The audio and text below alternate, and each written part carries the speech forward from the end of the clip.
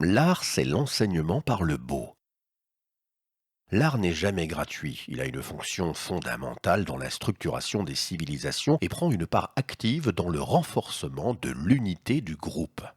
Si nous devions donner une définition de l'art, c'est l'enseignement par le beau. Mais pour comprendre cette phrase, il faut savoir ce qu'est le beau.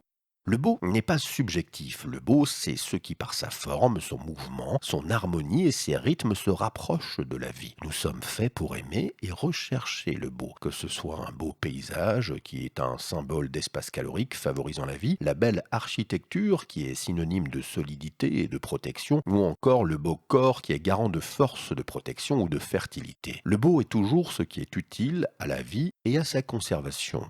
Le beau, c'est le fonctionnel, favorisant la survie. Maintenant que nous connaissons la valeur profonde du beau et que nous avons compris les causes profondes de notre attirance pour le beau, nous pouvons enfin analyser ce qu'est en définitive l'art. L'art ne peut se concevoir sans artiste, l'artiste étant un homme formé à certaines techniques et possédant une connaissance instinctive ou acquise du beau, donc de l'harmonie fonctionnelle, favorisant et générant la vie et qui sait la retransmettre par son art qui est sa technique d'exécution. Les hommes étant fascinés par le beau, c'est-à-dire ce qui favorise la vie, que ce soit un beau paysage, source de possession énergétique future, ou d'une belle femme nue qui est inconsciemment l'avenir du monde et notre porte vers l'immortalité, les artistes utilisent cette fascination humaine en hypnotisant les hommes par leur maîtrise de la représentation du beau. Ainsi leur vendent de l'émotion et de l'enseignement par l'émotion. L'émotion étant le résultat de réactions organiques dont la fonction est de favoriser la mémorisation des instants vécus sous cette même émotion grâce aux épaississements des connexions neuronales générées par les réactions électrochimiques induites par l'émotion. L'émotion étant toujours la résultante d'un événement positif, soit que nous ayons survécu à un stress, soit que nous ayons vécu une situation augmentant notre potentiel énergétique ou notre possibilité de transmettre la vie.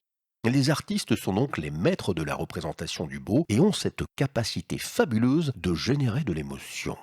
Cette capacité des artistes à générer chez l'autre de l'émotion est fondamentale à l'édification des sociétés humaines, car l'émotion commune que produit l'œuvre artistique renforce le groupe et l'artiste en enseignant au groupe par son art et ses œuvres des lois et des désirs communs unifie le groupe dans ses actions, rendant celui-ci plus efficace dans la recherche, la prédation ou la conservation énergétique fondamentale à sa survie.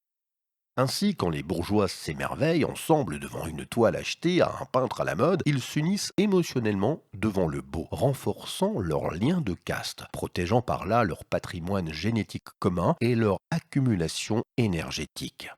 Selon les époques et les lieux, l'art prit des directions différentes, toujours en rapport avec la quête ou la conservation énergétique fondamentale au groupe ou son besoin de stabilité.